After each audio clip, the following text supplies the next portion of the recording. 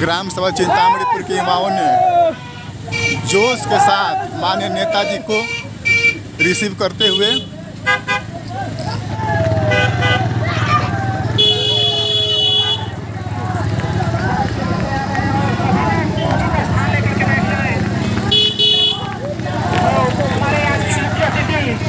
Bharatiya Samaj party के राष्ट्रीय अध्यक्ष माननीय ओम प्रकाश राजभर जी हैं, जो हम लोगों के बीच उपस्थित हो चुके हैं।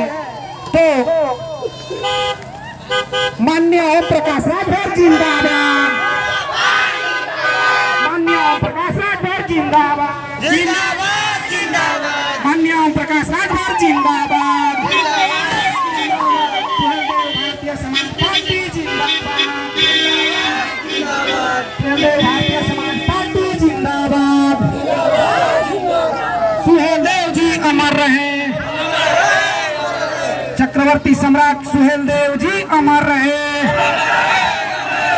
माननीय ओम प्रकाश राजभर जिंदाबाद, माननीय ओम प्रकाश राजभर जिंदाबाद, सुहेलदेव भारतीय समाज पार्टी जिंदाबाद, माननीय ओम प्रकाश राजभर जिंदाबाद। कार्यक्रम पूरे प्रदेश में मनाया जा रहा है। पूरे देश में आज 26 जनवरी गणतंत्र दिवस मनाया जा रहा है। आज ही के दिन महाराजा सुहेलदेव जी आज के 1014 साल पहले बहराइच जिले में पैदा हुए। इनके पिता का नाम बिहारी मल, माता जी का नाम लक्ष्मी जी, 4 भाई 1 बहन। 18 साल की उम्र में ही इनके पिताजी ने राजा बना दिया। अब आपके दिमाग में होगा कि राजा कैसे बना दिया, जब यह देश छोटे छोटे सूबों में था। 585 राजा हुआ करते थे, उसमें 185 राजा अकेले, 585 में 165 राजा अकेले भर जाति के थे। लेकिन दुर्भाग्य है कि विदेशी आक्रमणकारी जब भारत पे आक्रमण किया, हमारा राजपाट छीनता चला गया। जब महाराजा सुहेलदेव जी के पिताजी बिहारी मल बहराइच, अब श्रावस्ती जिला अलग हो गया है, श्रावस्ती में पैदा 1027 में जब शासक बनते हैं तो इनके पिताजी राजा बना देते हैं। राज सकुशल चल रहा था। उसी बीच विदेशी आक्रमणकारी पूरे भारत पर राज करने की नीयत से, शासन करने की नीयत से भारत पे आक्रमण किया। तमाम राजा हारने लगे। उस आक्रमणकारी के सामने कोई टिक नहीं पाया। एक खबर महाराजा सुहेलदेव राजभर जी को पहुंची, तो महाराजा सुहेलदेव जी ने कई राजाओं को मिला करके उन्होंने संघर्ष का ऐलान किया। उस ऐलान का नतीजा हुआ कि आज भी बहराइच के नानपारा मैदान में संघर्ष हुआ। विदेशी आक्रमणकारी मारा गया। देश की एकता और देश को गुलाम होने से बचाया महाराजा सुहेलदेव जी ने। और देश के इतिहासकारों ने ऐसे महाराजा सुहेलदेव जी का इतिहास, जो देश की एकता, देश की अखंडता,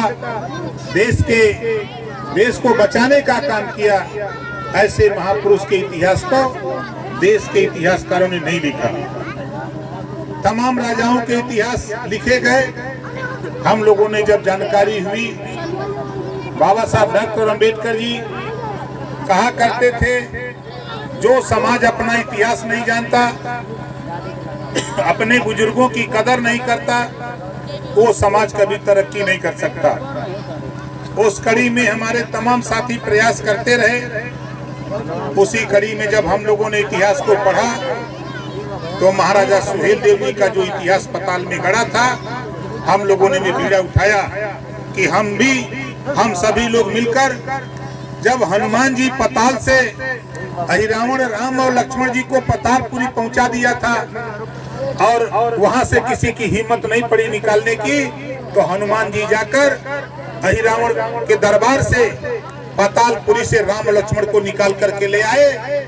तो उसी तरह हम लोगों ने एक टीम बनाई, बनारस से हम लोगों ने शुरू किया, गाजीपुर, आजमगढ़, मऊ, बलिया, गोरखपुर, देवरिया, श्रावस्ती, बलरामपुर, गोंडा, फैजाबाद, सुल्तानपुर, अम्बेडकर नगर, जौनपुर, बस्ती, संत कबीर नगर, सिद्धार्थ नगर, प्रतापगढ़ एक टीम बनाई और पताल में गड़े हुए महाराजा सुहेल देव के इतिहास को निकाल करके जमीन पर ला करके खड़ा कर दिया। ये हम लोगों ने मिलकर के किया। आज पूरे देश में चर्चा अगर किसी महापुरुष की है, आपने देखा अभी गाजीपुर देश के प्रधानमंत्री जी आए, अयोध्या में देश के प्रधानमंत्री जी आए, गृह मंत्री जी बनारस आए, बहराइच आए, मुख्यमंत्री जी। जब भी इस इलाके में पूर्वांचल के 28 जिले में कोई भी नेता कदम रखता है तो उसको महाराजा सुहेल देव जी याद आ जाते हैं कि बगैर महाराजा सुहेल देव के पूर्वांचल में ही नहीं, उत्तर प्रदेश में सियासत अब नहीं की जा सकती है। इस बात को हमारे देश के प्रधानमंत्री ने कहा कि भारत तरक्की के रास्ते पे तभी जा सकता है जब महाराजा सुहेल देव के विचारों का भारत होगा, तब भारत तरक्की के रास्ते पे जाएगा। ऐसे महापुरुष के इतिहास को देश के इतिहासकारों ने मिटा दिया था। आज मुझे खुशी है कि उत्तर प्रदेश ही नहीं, पूरे देश में महाराजा सुहेल देव जी की जयंती पूरे देश में बड़े पैमाने पर मनाई जा रही है। आज मैंने तो देखा, मैं 3 दिन से देख रहा हूं, आज सोशल मीडिया पे सबसे ज्यादा अगर चर्चा किसी की है तो महाराजा सुहेल देव राजभर की आज बड़े पैमाने पर सोशल मीडिया पे चर्चा देखने को मिल रही है। इसके पीछे हम और आप जो हम लोगों ने मेहनत किया, थोड़ी मेहनत किया, आज नतीजा हुआ कि देश की राजनीति में भी हम लोग दिखने लगे। जो बाबा साहब डॉक्टर अम्बेडकर ने संविधान, आज 26 जनवरी 1950 को संविधान लागू हुआ। संविधान में बाबा साहब डॉक्टर अम्बेडकर जी ने 4 चीजें पहले पन्ने पे लिखा: समता, स्वतंत्रता, बंधुत्व और न्याय। 26 जनवरी 1950 को जब संविधान लागू हुआ, उसी समय ये व्यवस्था सबके लिए बराबर हुई। लेकिन आज भी विसंगति है। इस विसंगति को दूर करने के लिए जब तक खुदा उसी की मदद करता है जो खुद अपनी मदद के लिए तैयार होता है। जब हम लोग तैयार हुए तो आज देश की राजनीति में हम लोग दिखने लगे। आज जब सदन के अंदर आपकी लड़ाई को लेकर जब हम खड़ा होते हैं, चाहे वो घरेलू बिजली के बिल माफी के सवाल पे हो, चाहे एक समान अनिवार्य फ्री शिक्षा गरीबों को मिलने के सवाल पे हो, चाहे गरीबों का इलाज फ्री करने के सवाल पे हो, जब हम प्रदेश की सियासत में जहां विधानसभा चलता, जब वहां खड़ा होते हैं तो विधानसभा अध्यक्ष से लेकर जितने भी वहां धुरंधर पहलवान होते हैं, विधायक, सभी लोग कहते हैं कि बाहरी राजभर ऐसा कोई बोलने वाला धरती पर नेता नहीं है जो सदन में इस तरह लड़का। तो ये आप लोगों के आशीर्वाद से, आप लोगों के प्रयास से हम लोग इस काम को करते हैं।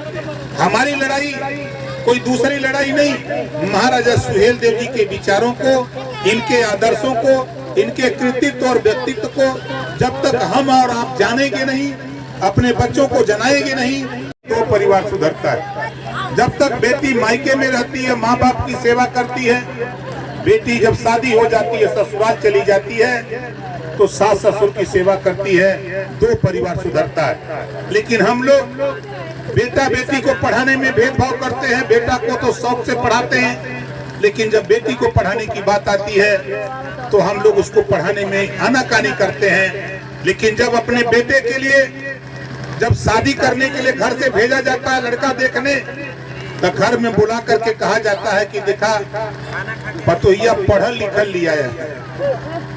जब आप सुझाव देते हैं कि पतोहिया पढ़ल लिखल लिया है, जात हुआ देखा है, तब पतोहिया कैसे पढ़ल लिखल मिली?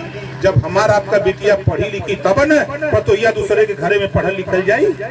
इस नाते कभी बेटी के साथ भेदभाव नहीं करना है। जितनी ऊर्जा ताकत बेटा को पढ़ाने में लगाते हैं, उतनी ताकत ऊर्जा बेटी को भी पढ़ाने में हमको आपको लगाने की जरूरत है। ये अपील और निवेदन आप लोगों से करना चाहूंगा। और हम नौजवान साथियों से कहना चाहूंगा साथी कि देखो, ये लड़ाई आज की नहीं है, ये लड़ाई महात्मा ज्योतिबा फूले, सावित्रीबाई फूले। आप ध्यान से देखो, एक समय था कि वर्ण व्यवस्था थी, 4 वर्ण व्यवस्था, ब्राह्मण क्षत्रिय वैश्य शूद्र बना, कानून बना कि शूद्रो शिक्षा न दीता, शूद्र को शिक्षा न दिया जाए। उस समय जंग छेड़ा महात्मा ज्योतिबा फूले, और महात्मा ज्योतिबा फूले ने कहा कि नहीं, सबको शिक्षा एक समान होनी चाहिए। महात्मा ज्योतिबा फूले की संघर्षों की देन है कि आज शिक्षा सबको एक समान मिल रही।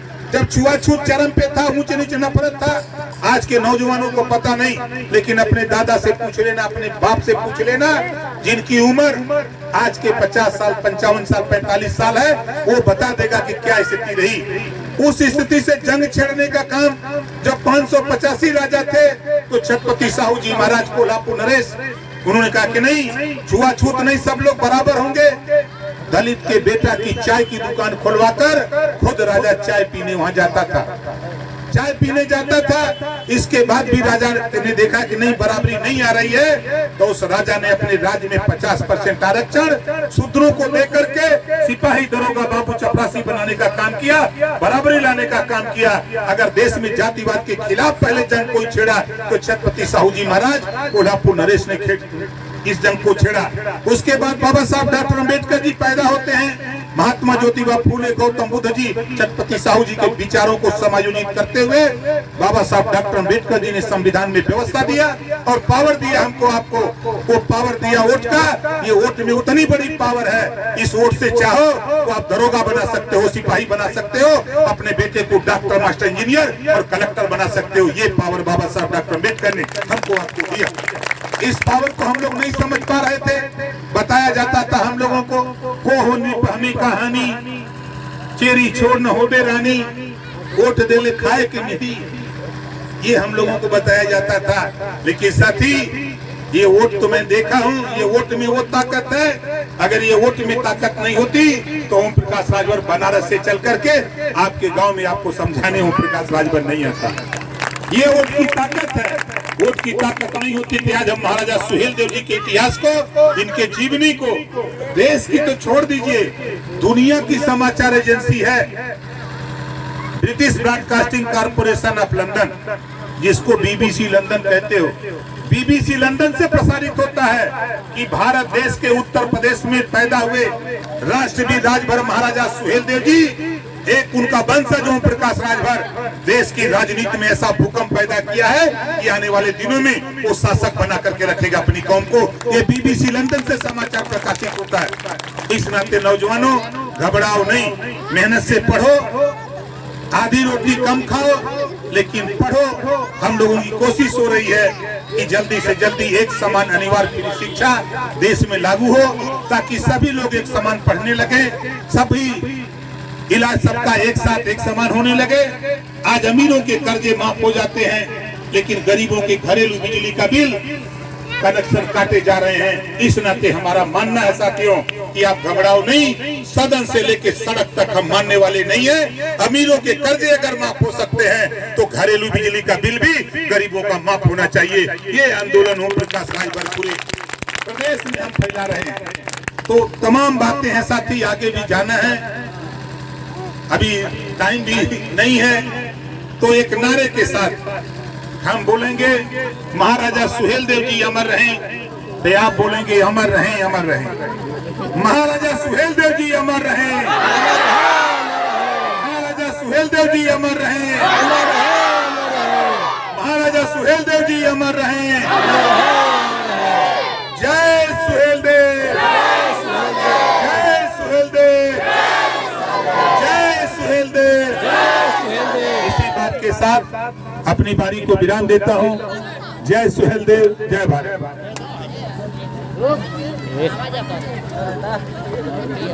बहुत बहुत धन्यवाद। राजभर जिंदाबाद, जिंदाबाद, जिंदाबाद। प्रकाश राजभर जिंदाबाद, जिंदाबाद, जिंदाबाद। भारतीय समाज पार्टी जिंदाबाद, जिंदाबाद, जिंदाबाद। राष्ट्रवीर राजभर महाराजा सुहेलदेव जी अमर